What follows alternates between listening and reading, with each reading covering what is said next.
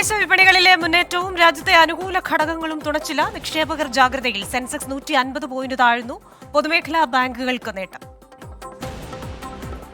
പലിശ നിരക്കിൽ RBI തൽസ്ഥിതി തുടർന്നേക്കുമെന്ന് ബാങ്കുകൾ. നിരക്കുമാറ്റം ഉണ്ടായേക്കില്ലെന്ന് പ്രമുഖ ബാങ്കേഴ്സ്. വിലക്കയറ്റവും ഫെഡറൽ റിസർവ് പലിശ നിരക്കും നിരീക്ഷിച്ച ശേഷം തീരുമാനമുണ്ടായേക്കും. ആൻഡ്രോയിഡ് ഉപകരണങ്ങൾക്കായി ഗൂഗിൾ മാപ്പിൽ പുതിയ സൗകര്യങ്ങൾ. കാലാവസ്ഥയും വായു ഗുണനിലവാരവും ലഭ്യമാക്കും. കാലാവസ്ഥാ അവലോകനമടക്കമുള്ള കാലാവസ്ഥാ ബോക്സ് തെരഞ്ഞെടുത്ത ഉപകരണങ്ങളിൽ ലഭ്യമാക്കുമെന്ന് Google maps. Generative AI സേവനങ്ങൾക്കുള്ള AI സവിശേഷതകൾ പരീക്ഷണ ഘട്ടത്തിലെന്നും കമ്പനി. ആഗോള ഊർജ്ജ ആവശ്യങ്ങൾ നിറവേറ്റുന്നതിനായി 2045ഓടെ $14 ലക്ഷം കോടി നിക്ഷേപം വേണ്ടിവരുമെന്ന് OPEC. 2045ഓടെ ആഗോള ഊർജ്ജ ആവശ്യത്തിൽ 23% വർധന പ്രതീക്ഷിക്കുന്നുവെന്ന് എണ്ണ ഉൽപ്പാദക രാജ്യങ്ങളുടെ സെക്രട്ടറി ജനറൽ ഹൈതം അൽ ഗൈസ്. രാജ്യാന്തര ഊർജ്ജ ആവശ്യം പ്രധാന സ്രോതസ്സായി തുടരുമെന്നും ഗൈസ്. വർഷാവസാനത്തോടെ ഇന്ത്യയുമായി സ്വതന്ത്ര വ്യാപാര കരാർ സാധ്യമാകുമെന്ന് ശ്രീലങ്കൻ വിദേശകാര്യമന്ത്രി അലി സാബ്രി. തകർന്ന സമ്പദ്വ്യവസ്ഥയെ പുനരുജ്ജീവിപ്പിക്കാൻ പുതിയ വിപണികൾ കണ്ടെത്തുന്നത് സഹായിക്കുമെന്ന് വിലയിരുത്തൽ. സമാനമായ കരാറുകൾ ഇന്തോനേഷ്യ, മലേഷ്യ, വിയറ്റ്നാം, ചൈന എന്നീ രാജ്യങ്ങളുമായും ഉണ്ടാക്കുമെന്ന് സാബ്രി.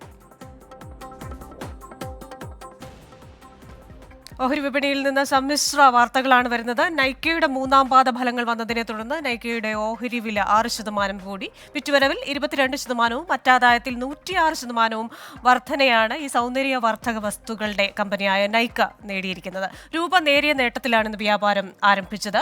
അതേപോലെ തന്നെ പേടിഎം പേയ്മെന്റ് ബാങ്കിന് ഒരു കഷ്ടകാലമെന്ന് പറയേണ്ടി വരും. ഒരു ഇളവും നൽകാൻ RBI തയ്യാറാകുന്നില്ല. ധനമന്ത്രിയെ കണ്ടിരുന്നു. ധനമന്ത്രിയെ കണ്ടപ്പോൾ റിസർവ് ബാങ്കുമായി ചർച്ച നടത്താൻ പറഞ്ഞു. എന്നാൽ RBI ഒരു ഇളവിനും തയ്യാറാകുന്നില്ല.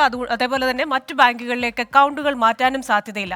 അതുകൊണ്ട് തന്നെ പേടിഎം ഒരു പേയ്മെന്റ് സർവീസ് എന്ന് പറയുന്ന മേഖലയിൽ നിന്ന് ചിലപ്പോൾ പിന്മാറേണ്ടി വരും എന്ന സൂചനകളാണ് ലഭിക്കുന്നത്. വിപണികളിലേക്ക് വന്നു കഴിഞ്ഞാൽ വിപണികൾ രാവിലെ ഒരു പോസിറ്റീവ് നോട്ടിലായിരുന്നു തുടങ്ങിയത് എങ്കിൽ പോലും ഇപ്പോൾ വളരെ നേരിയ ഒരു നഷ്ടത്തിലാണ് ദേശീയ ഓഹരി വിപണി വ്യാപാരം നടത്തുന്നത്. 6 പോയിന്റ് നഷ്ടത്തിൽ 21,923 എന്ന നിലവാരത്തിലാണ് വ്യാപാരം. അതേസമയം ഇന്ന് പൊതുമേഖലാ ബാങ്ക് ഓഹരികളൊക്കെ ഒരു മെച്ചപ്പെട്ട നിലയിലായിരുന്നു. അതുതന്നെ നിഫ്റ്റി ബാങ്കിൽ നമുക്ക് റിഫ്ലക്ട് ചെയ്ത് കാണാം. 90 പോയിന്റ് ഉയർന്ന് 45,780 വ്യാപാരം നടക്കുന്നത്. ഇനി ബോംബെ സൂചികയിലേക്ക് വന്നു കഴിഞ്ഞാൽ ബോംബെ സൂചികയും 72,139 എന്ന നിലയിലാണ്. 45 പോയിന്റ് നഷ്ടത്തിലാണ് വ്യാപാരം നടക്കുന്നത്.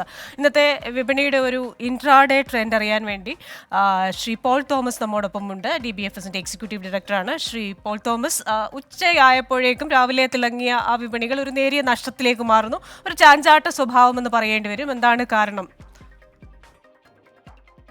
മാർക്കറ്റ് ഇന്ന് ഗ്യാപ്പ് അപ്പിൽ ഓപ്പൺ ചെയ്തു. അതിനുശേഷം 22,053 വരെ ഉയർന്നിരുന്നു. അതിനുശേഷം നമ്മളൊരു പ്രോഫിറ്റ് ബുക്കിംഗ് മാർക്കറ്റിൽ കണ്ടു. എന്നിരുന്നാലും 21,850 ലെവൽ നല്ലൊരു സപ്പോർട്ടാണ് നിഫ്റ്റിയെ സംബന്ധിച്ചുള്ള. ആ ലെവലിൽ സപ്പോർട്ട് എടുത്ത് തിരിച്ച് 21,900 മുകളിലേക്ക് കയറി ഏകദേശം ഫ്ലാറ്റായിട്ട് ഇന്നലെ ക്ലോസ് ചെയ്ത ഏകദേശം ആ ലെവലിലാണ് ഇപ്പോൾ മാർക്കറ്റ് നിൽക്കുന്നത്. മാർക്കറ്റിനെ സംബന്ധിച്ചോളം ഒരു പ്രധാനപ്പെട്ട കാര്യമാണ് നാളത്തെ റിസർവ് ബാങ്ക് ഓഫ് ഇന്ത്യയുടെ ക്രെഡിറ്റ് പോളിസി. അപ്പോൾ ഇന്ന് മാർക്കറ്റ് ഏകദേശം ഈ നിലവാരത്തിൽ തന്നെ ചെറിയ പോസിറ്റീവായിട്ടോ ഒക്കെ തന്നെ ക്ലോസ് ചെയ്യാനായിരിക്കും സാധ്യത. കാരണം നാളത്തെ ക്രെഡിറ്റ് പോളിസിയിൽ ആണ് മൊത്തത്തിൽ മാർക്കറ്റ് കണ്ണു നട്ടിരിക്കുന്നത്. അത് ക്രെഡിറ്റ് പോളിസിയുടെ ഔട്ട്കം വരുന്നതനുസരിച്ച് മാർക്കറ്റ് വീണ്ടും ഉയരുവാനോ അല്ലെങ്കിൽ ചെറിയ സെല്ലിങ്ങിലേക്ക് വരുവാനോ ഒക്കെ സാധ്യതയുണ്ട്. മാർക്കറ്റിൻ്റെ അണ്ടർടോൺ പോസിറ്റീവ് തന്നെയാണ്. ഇന്ന് ഉണ്ടായ ഇൻട്രാഡേ സെല്ലിംഗ് ഒക്കെ പ്രോഫിറ്റ് ബുക്കിങ്ങിൻ്റെ ഭാഗം മാത്രമായിട്ട് കണക്കാക്കേണ്ടതായിട്ടേ ഉള്ളൂ എന്ന് തോന്നുന്നു. യെസ് ബാങ്കിനെ സംബന്ധിച്ചിടത്തോളം HDFC ബാങ്കിന് 9.5% ഷെയർ യെസ് ബാങ്കിൻ്റെ വാങ്ങുവാനായിട്ട് RBI അനുവാദം കൊടുത്തിട്ടുണ്ട്. അത് കാരണം ഇന്നലെയും യെസ് ബാങ്ക് 11% കയറിയിരുന്നു. ഇന്നും 9% കയറിയാണ് 28 രൂപ ലെവലിലൊക്കെയാണ് യെസ് ബാങ്ക് നിൽക്കുന്നത്. അത് യെസ് ബാങ്കിനെ സംബന്ധിച്ചോളം പോസിറ്റീവായിട്ടുള്ള ഒരു ന്യൂസാണ്. പേടിഎമ്മിൻ്റെ കാര്യം പറഞ്ഞിരുന്നല്ലോ. പേടിഎം പേയ്മെൻറ്റ്സ് ബാങ്കിൻ്റെ ലൈസൻസ് ക്യാൻസൽ ചെയ്യും എന്നുള്ളൊരു ന്യൂസ് വന്നതിന് ശേഷം തന്നെ കഴിഞ്ഞ 2-3 ദിവസങ്ങളായിട്ട് നന്നായി ആ ഷെയർ തകർന്നിരുന്നു. എന്നാൽ ഇന്ന് അത് ബൗൺസ് ബാക്ക് ചെയ്ത് 10% പ്ലസ് ആയിട്ടാണ് പേടിഎം നിൽക്കുന്നത്. അദാനിയുടെ ഷെയറുകളും ഇന്ന് ഉയർന്നു നിൽക്കുന്നുണ്ട്. ഇതൊക്കെയാണ് ഇന്ന് ഇൻട്രാഡേയിലുള്ള മാർക്കറ്റ് വിശേഷങ്ങൾ. ശരി, താങ്ക് യു ശ്രീ പോൾ തോമസ്. എന്തായാലും RBI പലിശ നിരക്ക് കൂട്ടുമോ കുറയ്ക്കുമോ അതേപോലെ നിലനിർത്തുമോ, ഇതാണ് ചോദ്യം. നാളെ ആ തീരുമാനം വരുമ്പോഴേക്കും വിപണികൾ അതിനോട് പ്രതികരിച്ചു തുടങ്ങും. എന്തായാലും RBI പലിശ നിരക്ക് കൂട്ടിയാൽ അത് നമ്മളുടെ ലോണുകളെയും നമ്മളുടെ EMI-കളെയുമാണ് ബാധിക്കുന്നത്. അതുകൊണ്ട് പ്രതിമാസ തവണകൾ അടയ്ക്കുന്ന എല്ലാവരും തന്നെ RBIയുടെ പോളിസി എന്താണെന്ന് നാളെ ശ്രദ്ധിക്കുമല്ലോ. മാർക്കറ്റ് വ്യൂവിൻ്റെ ഇൻട്രാഡേ ഇവിടെ പൂർണ്ണമാവുകയാണ്. വൈകുന്നേരം 4:45 വീണ്ടും കാണാം. നമസ്കാരം.